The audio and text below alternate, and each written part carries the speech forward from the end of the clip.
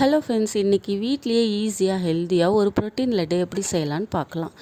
1 cup பாதாம், 1 cup முந்திரி, 1/2 cup பிஸ்தா, 4 walnut, 1/2 கப்புக்கும் கம்மியான வேர்க்கடலை, இதையெல்லாம் ஒரு கடாயில் போட்டு நல்லா ட்ரை ரோஸ்ட் பண்ணி எடுங்க. சிம்மிலேயே வச்சுட்டு செய்யுங்க, அப்போ தான் அது கருகாமல் இருக்கும். கலர் சேஞ்ச் ஆகணும். அதுக்கப்புறம் அது கையில் எடுத்து உடச்சி பார்த்தா நல்லா நொறுங்கணும். அந்த அளவுக்கு நீங்கள் அதை ரோஸ்ட் பண்ணணும். இங்கே பாருங்கள், நல்லா நொறுங்குது. இந்த அளவுக்கு வர வரைக்கும் நீங்கள் ரோஸ்ட் பண்ணணும். இதுக்கப்புறம் நம்ம ஆற வச்சு இதை எடுத்துக்கலாம். இதோட மிக்ஸி ஜாரில் போட்டு இதோட நம்ம 1/2 கப்பு ட்ரை கிரேப்ஸும் எடுத்து கொரன்னு அரைச்சி எடுத்துக்கலாம். இதுக்கப்புறம் திருப்பியும் 1/2 கப் வெல்லம் போட்டு ஒரு 2 சுற்று விட்டிங்கன்னா அரைப்பட்டுடும். அதுக்கப்புறம் 1/2 ஸ்பூன் நெய் விட்டு நீங்கள் உருண்டை பிடிச்சிங்கன்னா நல்லா உருண்டை பிடிக்கிறதுக்கும் வரும்.